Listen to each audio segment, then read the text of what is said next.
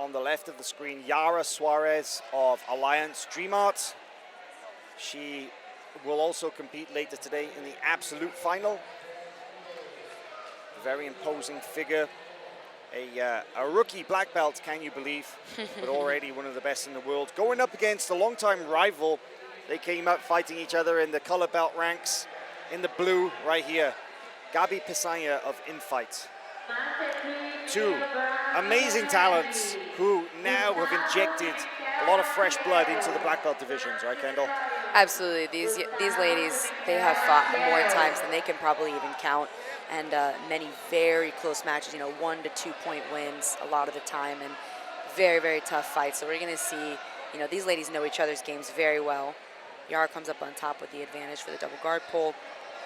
However, Yara is predominantly a very strong guard player. We don't see her on top very much, and I think it's probably the reason Gabrieli approached the guard pull this way, accepting the advantage for Yara to come on top, because she knows that she prefers to be on bottom to score, attack, submit. She has a very strong guard game herself.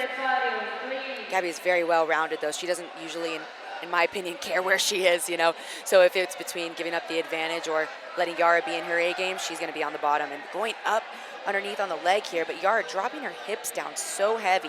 She did a great job killing that attack. It looked like Pessanha was going possibly for a little K-guard action to try and go around the back, but the posture of Yara Soares, like you said, she just shut that down. So back now into this open guard position. But I think it is interesting to note, it's exactly what you said, that Yara Soares is definitely much more of a guard player, whereas Pessanha, pretty versatile, able to fight from both. So I think taking the advantage away from Soares by playing from bottom right here, and hopefully this a better position from which to score from.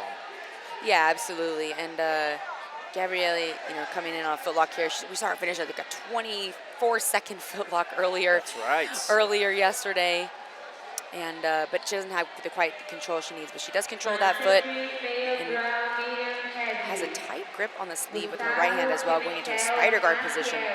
A little close to the edge, tough to score here because we are on the yellow.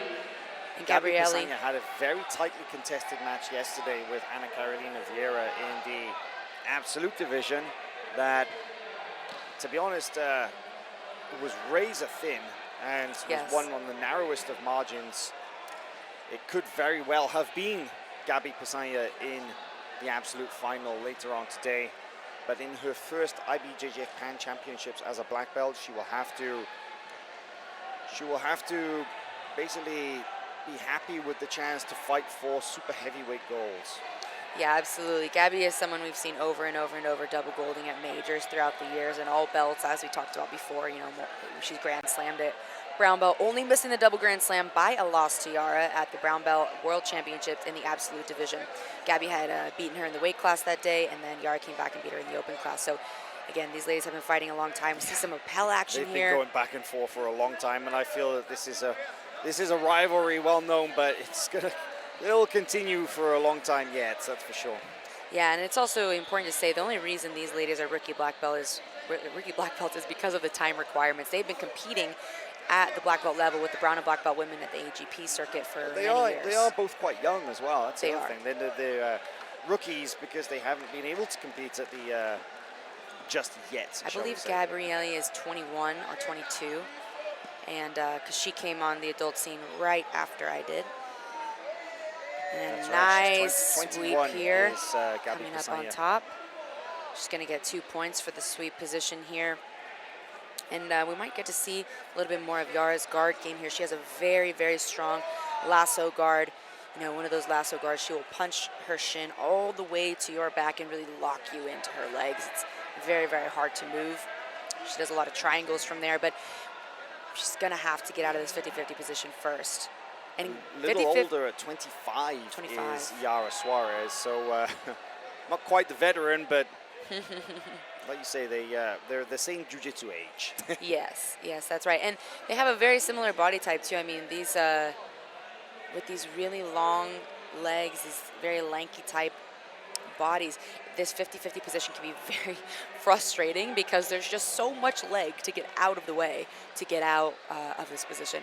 So Gabby Pessanha is, we find her in 50-50 a lot. She's very comfortable here. She scores really well from here, and she's looking very, very confident. Although Yara now on the underhook may come up on top, but Gabby's very smart, coming up on a submission to avoid the points being scored. And the referee is going to continue the action here. But because Gabby is technically chasing a submission, there will not be a score for Yara's sweep. So that was very smart. You know, Gabby Very saw, smart, yeah. you know, we've talked about this before. Gabby has some of the smartest mat IQ I And have you mentioned ever that her seen. brother is a referee with the IBJJF, so that's got Yes. to it's got to help, right? He's also a competitor himself, and he is pretty much at every IBJJF tournament you will go to. He's a great referee, and she, like I said, when we started competing at the purple belt, I could not believe the things she understood that I didn't. Taught me a lot. So she scores a 2 on the edge for going for that submission, which is tough for Yara because she initiated the sweep in the first place. And they did go quite a bit out of bounds. We have another advantage for Yara. So Gabby playing the same game that she did earlier in the match, electing to go on bottom, take the advantage for Yara coming on top, knowing that she feels confident to score from this position and that Yara prefers to be on bottom. So really, really smart strategies here. I would say Gabby is definitely a strategist, like the definition of a strategist, and we see that in all of her fights. Let's not forget. 4-0 for Gabby Pessanha, and just over 4 minutes into this match. That's not a bad. That's not a bad lead. No, it's a great lead to be in, and especially considering, you know, she has pole again and is a strong guard position too. So she's going to be feeling really confident here. And not to Actually, it looks like the referee's going to take away a couple of points. It's only 2-0. Oh, interesting. Gave an advantage instead for the submission. Instead, yeah. I wondered where that second 2 points came from. So Well, they did go out of bounds on the submission, but Right. the problem was Yara initiated the movement with the sweep. And Right. Gabby latched on, so it wasn't a submission that went out of bounds. It was a sweep out of bounds that turned into a submission. So I think that was definitely a better call. Happy that they changed that. It kind of evens things out just a little more here. And right into Gabby's closed guard that is very, very dangerous. Very, very strong closed guard. Finishes a lot of people from here. Shoots up incredible triangles. And let's not forget, if you guys haven't followed these ladies for too long, Gabby has wins over people like Nachieli de Jesus in the AJP circuit. And again, that Grand Slam and World Pro Champion as well. Yara following closely behind, though. You know, a lot of times these are the final matches between these two ladies. this guard control is very interesting. She's got the closed guard with the ankle lock grip, but Yes. she's also got a cross sleeve grip as well. That is a very difficult position for Yara Soares to try and escape from. Well, it's beautiful to see Gabby's use of diagonals, right? She oftentimes controls diagonals of the body. We see this in a lot of her jiu-jitsu. And, you know, when someone has your right leg and your left arm and you're seated, how are we to begin to break? I think it starts with the sleeve grip and then trying to come back up to both knees. But very frustrating for Yara, who wants to be on bottom playing guard right now. Although, important to say that the one time that Yara did submit Gabby, she's only submitted her one time from that choke from the back, it was from a passing blitz. So it's not to say she's not strong on top. It was a passing blitz and took the back, choked her out. And I believe she has one other points win over Gabby. All the others have been Gabby over Yara. It's a great control position, a little hard to score from too until Yara starts to stand up. I'm mistaken. Gabby comes up fairly easily on top with a little tilt. That's where that control comes into play. That's right. It's taking away the ability for Yara Soares to post and to actually defend the sweep in that direction. The only problem is now, with all these control points that Gabby Pessanha has, how does she start to pass? Right, she's tied up herself, right? Right. So now we see this, seated position where there's going to be a little bit of a battle for inside leg position. We see Yara looking at a toe hold, but her sleeve is trapped. So this would have to be a one-arm toe hold, which is very, very difficult. Possible, but not the likely. ideal, shall we say. Right, especially with someone very, very strong like Gabby. Yeah, so Yara coming up on top now. She answers back, but She might go for this toe hold again. It'd be interesting, but she does need her hand back.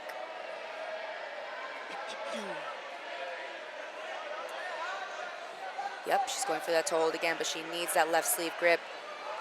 She's putting some pressure, but it won't create the torque she needs unless she has her other hand. But Gabby knows that she's going to hold that grip nice and tight.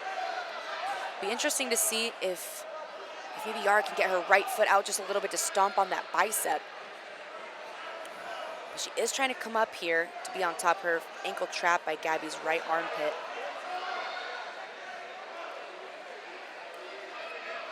A lot of times these positions are have a lot to do with patience. And Gabby relocks her close guard here. We are now, the score is showing 4-4. I'm not quite sure if that is the accurate score because we've had some debate about the points, so that might not be updated. But we are just over 2 minutes left in this finals match for the super heavy division. And of course, we will also see Yara back again fighting Anna Carolina Vieira in the absolute finals at the end of the women's finals today. And Gabby again lost a very closely contested match to Anna Carolina in the open class. So the margins for error are very thin here. You see Yara come up on top. She's going to get desperate here trying to pass. Oh, she might find her way to the back here if she can keep diving underneath that leg. Start to elevate the hips of Gabrieli, which is so difficult because of that collar grip that Gabrieli does have with her right hand and the grip on the leg. Starts to knock her down. Yara's corner just urging her to continue, moving towards that back, elevating the hips up, not going back inside the legs of Gabby. So yes, score has been corrected. It is 4-2. So if Yara were to score at all, she is up on advantages, but she will most likely not be able to score a 2-point from here. So she will need the back tick or the pass to win with only over a minute left. Yeah, there's about 1 minute 10 left on the official clock. 4 points to 2. And this is the story. Yeah, this is the story of these matches. You know, this is a very common scenario with these matches with these two ladies. They're very close. Okay, nothing changes. We're back to 4-2, just as we thought. Just so some Yara confusion needs to score with the officials.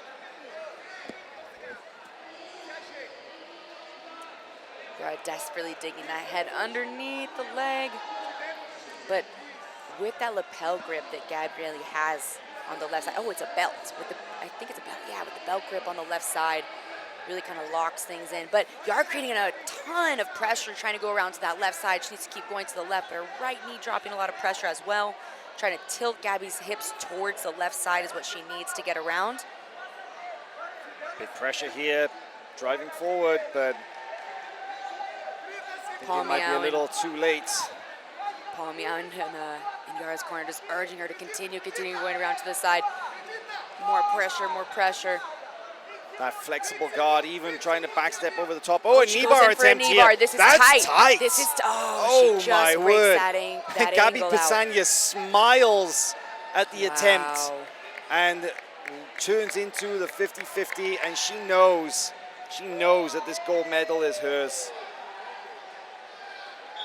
Time runs out, and Gabi Pessanha very, very emotional, very happy with the fact that she has just won her first gold medal here at the IBJJF Pan Championships as a black belt. Yeah, great win for Gabrieli, who just recently had a loss to Tayane Porfirio. So she, Gabby doesn't lose very often. We don't see that, So it was nice for her to come back and get this good win. You see there's a lot of respect between she and Yara. They see each other a lot. And a lot of respect between these two ladies, a lot of battles. Gabby very happy over there. Yeah, I mean, when you consider how far she's come and the challenges that she had to overcome to make it here in the first place, to even overcome all of that is a success story in itself, and then to make it here to the top of the podium in the Pan Championships, well, that is huge. And we will see Yara back again in the open class final, so it's not the last of Yara for today. Very excited for that match against Anna Carolina, but for now it is Gabi Pessanha with the gold medal, getting her arm raised. Big win here. That's right, Yara Soares will have a chance at redemption as she fights later on this afternoon for the gold medal in the absolute division. And I'm sure some lessons to be learned from that match against Gabi Pessanha.